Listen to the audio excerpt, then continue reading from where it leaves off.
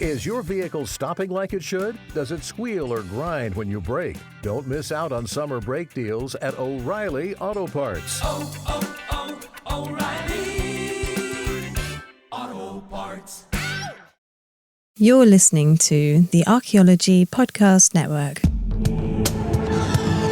You are now entering the Pseudo-Archaeology Podcast, a show that uncovers what's fact, what's fake, and what's fun in the crazy world of pseudo-archaeology.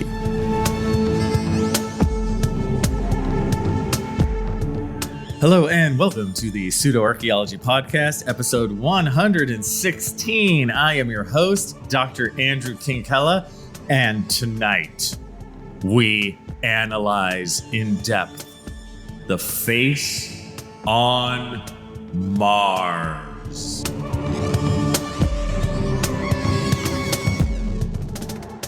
Now, what's the deal with a face on Mars? You might be telling me, or saying to me, or thinking about. Well, here's the deal. I think a lot of us have heard of this one, right? The face on Mars. The idea that there is this structure on the Martian surface that resembles a human face, right?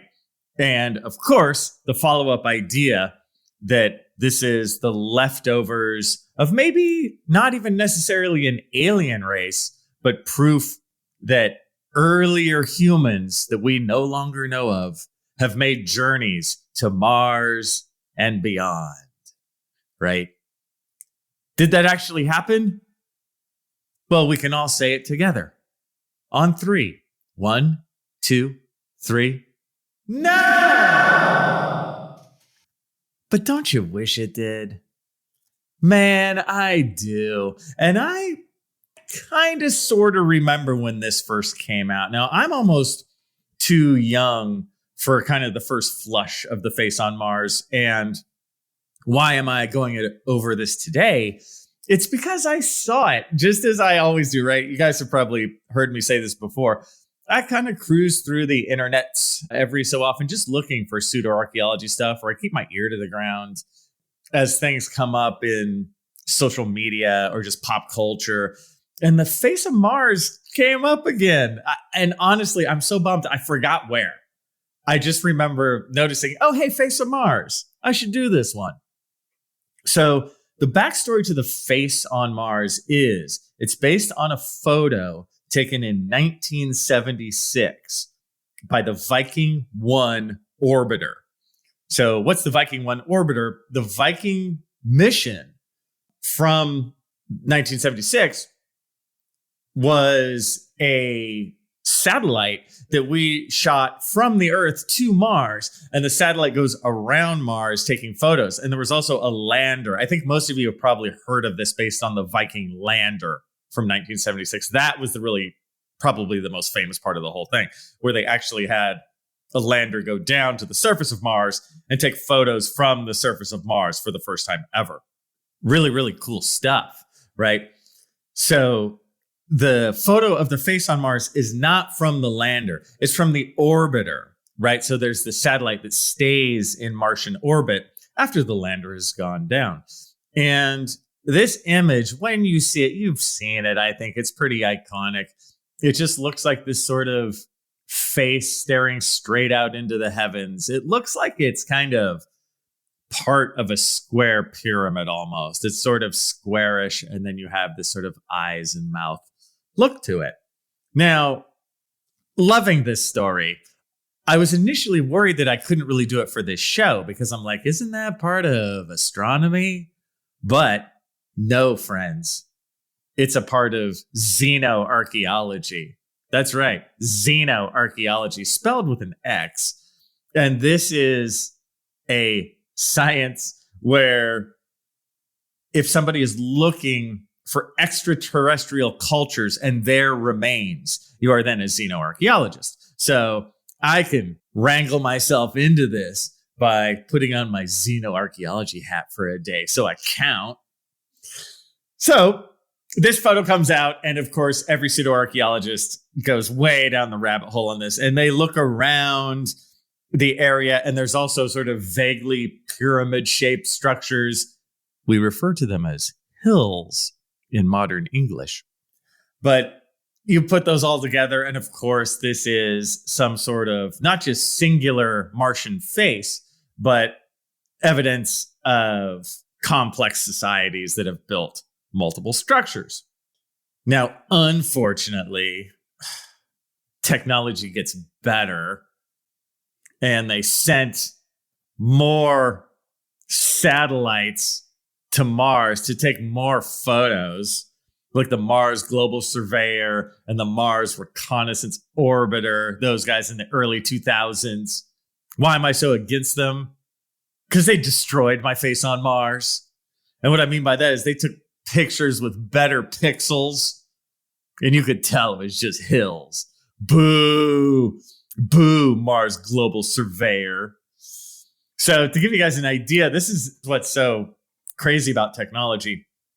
Those photos from 1976, the best ones, were at a resolution of about 50 meters per pixel. So we're talking about, like, imagine a square of 160 feet, or more. A lot of those photos are even worse. That's kind of at its best. That would be a single pixel. So you can see how this face on Mars would have been created. It's a combination of the shadows on the natural surface at a certain time of day and the pixel count being really low. The later images by like the Mars Global Surveyor, you're looking at like 1 pixel per meter or even better. See, so you just have such better resolution. And then it sort of like, it shows you for sure that there is no such thing as a face on Mars. Again, doesn't that bum you out? I want there to be a face on Mars. Can I have one of these? I keep asking that to science. And science keeps saying no. Stupid science. But we can have a little fun with how we perceive these things. The term pareidolia means that we as humans put meaning into meaninglessness. Right. So if we see a cloud and we go, oh, that looks like a hot dog, or we see images on toast and we think they look like Jesus. Those are all examples of that. Right. Our brain just sort of does this thing, and it does make life more worth living. Right.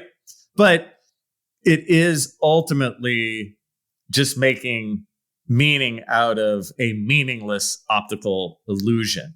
So that's what you have with the face on Mars. Now, even though it was disproven in the early 2000s, and again, in a very simple way, you just see updated images. You go, oh, yeah, there's no face. Damn it.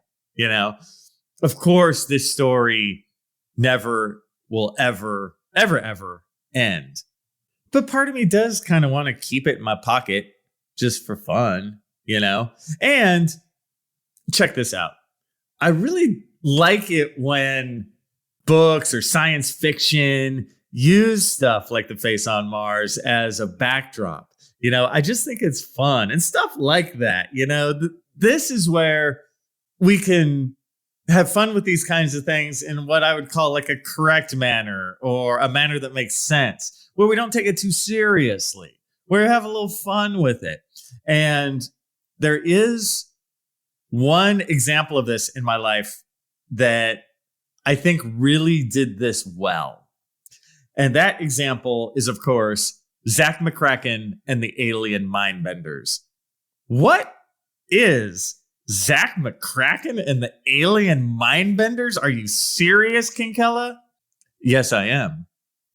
And you're going to have to wait for the break in order to figure out what Zak McKraken and the Alien Mindbenders actually is. When you need mealtime inspiration, it's worth shopping Baker's, where you'll find over 30,000 mouth-watering choices that excite your inner foodie. And no matter what tasty choice you make, you'll enjoy our everyday low prices, plus extra ways to save, like digital coupons worth over $600 each week. You can also save up to $1 off per gallon at the pump with fuel points. More savings and more inspiring flavors make shopping Baker's worth it every time. Baker's, fresh for everyone. Fuel restrictions apply. Get everything for your next project at Menards and save big money. Enjoy a good night's sleep for less with a new Pseudo mattress. Shop today and save big. The better the mattress, the better the savings. Find the perfect mattress that fits your size and firmness needs at Menards. America's #1 home improvement retailer for customer satisfaction, according to J.D. Power. Visit jdpower.com for details and menards.com for deals. Save big money at Menards. Welcome back to the Pseudoarchaeology Podcast, episode 116. I am still your host, Dr. Andrew Kinkella, and we are talking about the face on Mars. And actually, we've pretty much already talked about it. But what we haven't dealt with is Zak McKraken and the Alien Mindbenders. Now, a little backstory to some of this. I know this is going to be very exciting and shocking to you at the same time, but when I was growing up, I was kind of nerdy. Oh, yeah. It's time. I know I'm around friends. Yeah. Kind of a nerdy dude. And in my nerddom, I was really into astronomy. I actually had a telescope. I'm one of the rare people on Earth who actually saw Halley's Comet in 1986, 1987. And I also had a subscription to Astronomy Magazine, right? So I was really into all this stuff. And sure, the young teenage me totally knew that there was no such thing as a face on Mars, but I loved the whole idea of astronomy. I loved things like the Viking mission. And I think, as I brought up before, I loved the show In Search Of. Even though I knew it was all full of it, I just loved thinking about this kind of stuff, you know? And on top of just a joy for science as a teen in the early mid 1980s, I also like comedy. You know, I was a huge fan of like Hitchhiker's Guide to the Galaxy. My favorite book of all time is Hitchhiker's Guide to the Galaxy. And so I like it when creative people can use pseudo-archaeological concepts, be they the face on Mars, be they that the Sphinx is way older than we think, be they that we've been contacted by aliens, right? Basically everything this show is about. I like it when it's used to take me on a journey through story that's just sort of fun and lighthearted. So this video game came out in 1988, and it was called Zak McKraken and the Alien Mindbenders. So what's the deal with this video game? This video game came out for the Commodore 64. Now, any of you who are like, I don't know, 45 years old and younger, you have no idea what that is. So a Commodore 64 was like the early days of computing, you guys. This is before the world was just Apple Macs and IBM PCs, right? We're in a world of that. There's basically two kinds of computers. Yes, I know for the PCs, different companies make them, but it all has the same operating system. You know what I mean? In the 80s, it wasn't really like that. There were all these other ones. There was like the TRS-80 that we all called the Trash 80, right? The Commodore 64, the Commodore 128. There was Apple products like the Apple IIe. That's the world of the early 1980s in terms of computers, right? It's still where it's like it hasn't really been standardized yet. And it was like, oh, you're a Commodore 64 family, you know? And like the rich kids were like an Apple family. That's that world. It's very different. It's funny. I haven't seen like shows on TV at all that really capture this quite yet. And if you own something, any of these computers basically ran the same, which is if you wanted to run a program on them, such as the video game Zak McKraken and the Alien Mindbenders, what you had to do was first buy the game or the program. It would come on a floppy disk. Floppy disks were big. They were like 4.5 inches by 4.5 inches, and they're super flat and wiggly. You know, they were floppy. And you would put it in the disk drive, and then it would have to load. And as you played a video game or ran a program, it would constantly have to load every like 20 seconds as it needed more information. So in the case of the video game, every time you like walked into a new room, before you got there, it would go, and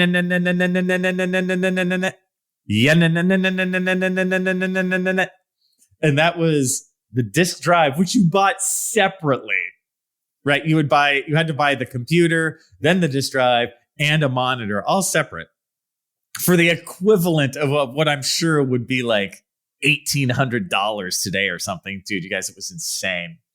The video games themselves were like $50 in 1987. So these are expensive propositions. You didn't get one of these every day.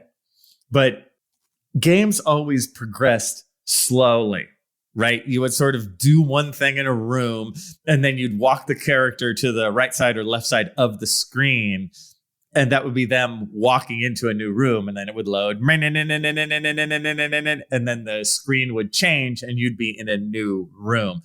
It was very two-dimensional. I think you would call it a point-and-click adventure game, but very early. And also on the screen, so you have a very simple screen, pixels are really huge. And you have, like, at the bottom of the screen, several different statements, like go left, pick up the torch, or whatever. And you would kind of click on those, and the character in there who you're playing, Zak McKraken, who's sort of a swashbuckling Indiana Jones type as you go through this game. And so this would take you like all afternoon just to barely get anywhere. This game came out in 1988, right? So I'm like 15 or 16 years old. I don't got a girlfriend. I'm totally lame. So I buy this game, but it goes with that same vibe of Hitchhiker's Guide to the Galaxy or this kind of thing. It was produced through Lucasfilm, which I believe they were called LucasArts, that wing of Lucasfilm. And what I thought was really great about that company at that time is they would make games that had some humor in them. That was really rare to find, you guys, in like the 80s. It's like a video game with humor in it, and it had some sort of story in it, some sort of story with some sort of weight. The game that came before Zak McKraken and the Alien Mindbenders was Maniac Mansion. That came out maybe the year before, maybe 87 or something like that. And that one was huge. It even spawned, I think, a sitcom that ran for a couple years. And you guys might have heard that name, Maniac Mansion, before. Now, Maniac Mansion was built upon kind of all the B-movie stereotypes, kind of the 1950s monster movie, that kind of thing, right? And what made it fun and funny was they played on all those kind of tropes and all those kind of cliches of late 1950s monster movie mania, and that game was a really big hit. So LucasArts thought they'd do the same thing again. And this time, instead of doing like 1950s B-movie monster stuff, they're like, dude, we're going to mine the pseudoarchaeology world. So they put in everything that you and I love and hate at the same time, right? They're going to put in the face on Mars. They're going to put in the pyramids. They're going to put in Stonehenge. They're going to put in aliens, as in Alien Mindbenders, right? They're going to use every trope and cliche. It's like they just went right through Chariots of the Gods and just picked out all the stuff. Oh, they even do like a Maya thing in there too, right? They take it all out and they're like, we're going to have fun with this. And I love the idea, you guys. I think the idea is genius. Now, what did the buying public think? They were lukewarm at best because, you guys, they were too early on with their idea. This idea of this kind of really fun pseudo-archaeology world where you have this hero going through it and trying to pick stuff up and trying to figure out mysteries and stuff and sort of going on adventures in this point-and-click adventure world. The computer couldn't keep up with it, man. The programming couldn't keep up with it. So you end up just going like room by room, super slow, and you get to the next place. And there were also so many holes in the game too. Like, oh, there was also the Bermuda Triangle. If you did things wrong, you could get in a plane and just be flying to the Bermuda Triangle forever. Or you could go to Mars and go to the face on Mars. That's what reminded me of all this, right? The Zak McKraken had a face on Mars, and you could go there and you could go into the face on Mars. It had like a doorway, you'd like go inside. And of course there's this like alien computer room, but you could get there and then just run out of oxygen.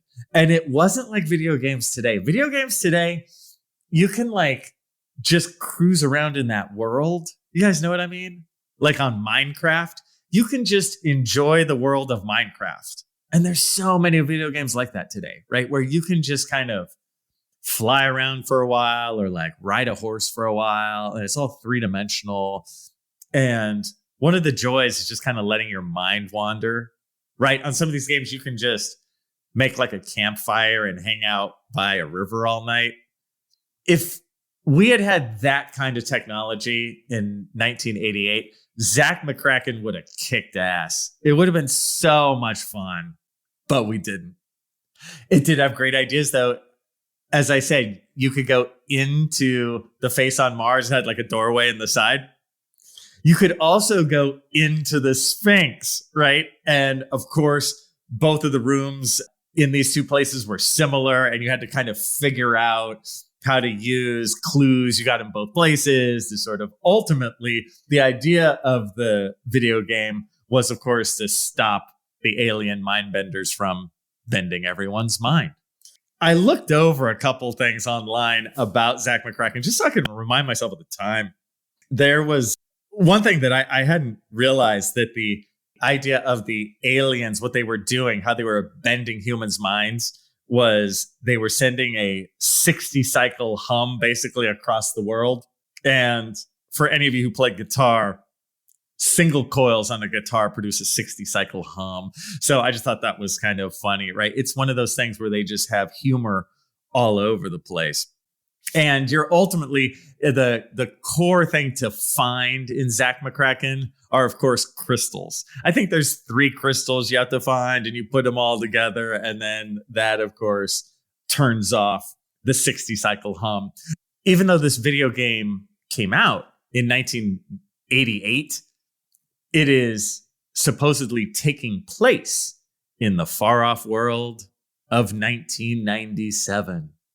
So even there, right, they put it, 9 years in the future. It's got a lot of lighthearted fun. I find it super, super attractive, right? I love stuff like that. This is how pseudoarchaeology should be done, right? I think in terms of technology and just sort of the video game going public in general, this game, along with Maniac Mansion, kind of provides a link between stuff that had come before. There was a Hitchhiker's Guide to the Galaxy game that was a text adventure, right? We had those before these kind of point and click ones. So there's still some text in this game, but there's imagery. The Hitchhiker's Guide game was purely text. And I used to love those, right? Those kind of things. But Zak McKraken provides a link to later things like Myst, right? That game, if you guys know that world, that's sort of the next layer up, where now we have a little bit more 3-dimensionality. Now we can kind of cruise around in these worlds a little bit more. It would have made it so much better if we could even see like a 3-dimensional map in Zak McKraken of maybe the world and of Mars, right? Where we see like, oh, okay, we go to Stonehenge. There it is. We go to the pyramids of Egypt. There's the Bermuda Triangle. Ooh, there's the face of Mars on Mars. Oh, there's Easter Island. There's a part with the Moai, of course. And actually, even Elvis comes in a little bit. I mean, what's not to like? This game that had such good ideas. You guys, I think this is my favorite way so far that I've found to use the foolishness of pseudoarchaeology for something positive.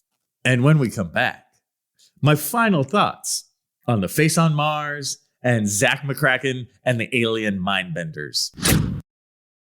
When you need mealtime inspiration, it's worth shopping Baker's, where you'll find over 30,000 mouth-watering choices that excite your inner foodie. And no matter what tasty choice you make, you'll enjoy our everyday low prices, plus extra ways to save, like digital coupons worth over $600 each week. You can also save up to $1 off per gallon at the pump with fuel points. More savings and more inspiring flavors make shopping Baker's worth it every time. Baker's, fresh for everyone. Fuel restrictions apply. Welcome back to the Pseudoarchaeology Podcast, episode 116. I'm your host, Dr. Andrew Kinkella, and we have been talking about not only the face on Mars, but also the 1980s video game Zak McKraken and the Alien Mindbenders. And if you haven't figured this out yet, I would love if they came out with Zak McKraken and the Alien Mindbenders 2023 edition, right? And they could add even more. Again, every single pseudo-archaeology thing that I have ever gone over. Man, you could put the Piri Reis map in that. They don't even touch on Atlantis, I don't think. You throw Atlantis in there. I mean, let's just go down the list of my shows, right? Put it all in there. Everything, right? Chock full. Every single pseudo-archaeology story. Shrouded Turin, right on in there, right? We can have the comet come down for the younger Dryas and all that. It writes itself in a way, and it just feels like so much fun. And that gets into the kind of philosophy of this whole thing, where I think the best way to combat just the foolishness of pseudoarchaeology is to have fun and joke with it, right? Because if you come out with a modern Zak McKraken, I mean, that's the whole thing. There's no defense against getting laughed at, And I think that most archaeologists, when they're trying to battle Graham Hancock or that kind of thing, they're taking the wrong path because they're way too serious. They're taking him on point by point. Well, the comet could have never happened. And yeah, we know the comet would never happen, but that's boring. But if you make it funny, if you make a video game where you can hang out in the face on Mars, dude, I'm all in. And I think the general public would be too, right? Please, please, please go with my genius, right? Oh, I would love to be a part of that. Oh, my dream. Video game producers out there, can I be a creative consultant? Oh, right? Just all that stuff. Put it all in. And you could tease it together to make a whole adventure story out of, where you can start at a certain place and then you get more clues as you go. And I totally think they should keep the background with the crystals. Like, you got to find some crystals. Man, I mean, aren't you guys into that? Doesn't it just sound like the coolest thing? It would heal the wounds of all 1980s kids who had to play every terrible video game ever made. If you guys have ever heard of famous, terrible video games from that time, like E.T., my friend actually had E.T. for their Atari 2600. I played E.T., and I will say that it was bad, but there were other video games that were equally as bad as E.T. E.T. was just famous for being so bad that it was recalled. And there's this famous story that it was basically a bunch of copies of it were thrown into a landfill. But of new copies, because they were taking off the market because it got such terrible reviews. I don't know. I thought it was equally terrible to a bunch of others. But we've also changed a bit as a culture, I think we've lost some of our ability just to have fun and be funny. You know what I mean? In the 80s, again, I was a kid then, but we were into this kind of stuff, right? We were into lighthearted stuff. I remember playing with a Ouija board, and nobody took it seriously. But it was great fun, right? We were just laughing the whole time. Do people play with Ouija boards like that today in a funny way? Or are they just serious all the time? I don't know. Another thing about LucasArts, of course, they would have copyright to the Lucasfilm movies. And so I believe the next video game after Zak McKraken. So it goes Maniac Mansion, Zak McKraken, and then Indiana Jones and the Last Crusade, right? So they did a video game version, and I don't think it was that great. But that also brings me to another moment in time as we talk about sort of the late 1980s and video games and the technology and that kind of stuff. I'm going to leave for college in the fall of 1990. So by the time the 80s is closing out, so is my interest in video games and that kind of world, right? And my Commodore 64 was becoming just a complete joke. There was a huge change, I would say, in technology right around then too, when I left for college. Like, I remember my freshman year, some people had, like, by that time you could have like a Macintosh, like the boxy Apple computers, you know, that was what I would call a real computer, where you could actually do word processing, and you could even play video games. And every time you left a room, you wouldn't have to be like, you know, it would play in a smooth manner. So there really was a sea change there. The world of like 1988 computer usage versus the world of like 1991 computer usage is huge. Man, even if Zak McKraken came out like 5 years later, you know, I would think it would have gotten more traction, but it's just its lack of computing ability to make real, it's really awesome, grandiose ideas. What it was, its Achilles heel, right? That ultimately did it in. So it didn't do that good. It's been largely forgotten by history. I will link below this podcast called Retronauts, where they did go over Zak McKraken. And I really appreciate them. They are like serious gaming nerds. Although I think they're younger than me. I think they're in their 30s or something. So I don't know if they actually had the experience that I did of being there at the time of buying Zak McKraken. And I think you still had to buy video games largely at Toys R Us. There might have been other outlets, but I remember doing that. So you can see how all this stuff would be coming to a head as I became a junior or senior in high school. It's like, dude, I don't want to go to Toys R Us anymore, right? I don't want to be a kid. You know, kids play video games. So I went to college. I left my Commodore 64 behind. I left video gaming behind. I forgot about Zak McKraken and the Alien Mindbenders for about like 25 years.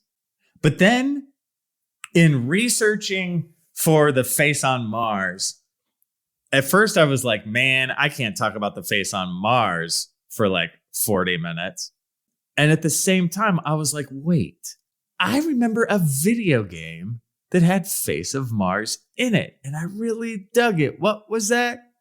So that is why, my friends, I've let you enjoy a little bit about Zak McKraken and the Alien Mindbenders. And with that, I'll talk to you guys next time. Oh, wait, one last thing. Did I ever finish the video game Zak McKraken and the Alien Mindbenders? No. I got totally lost. I was on a plane in the middle of the Bermuda Triangle. I didn't go anywhere. And then I ran out of oxygen on Mars. So how does it end? I have no idea. Thanks for listening to the Pseudo-Archaeology podcast. Please like and subscribe wherever you like and subscribe. And if you have questions for me, Dr. Andrew Kinkella, feel free to reach out using the links below or go to my YouTube channel, Kinkella Teaches Archaeology. See you guys next time.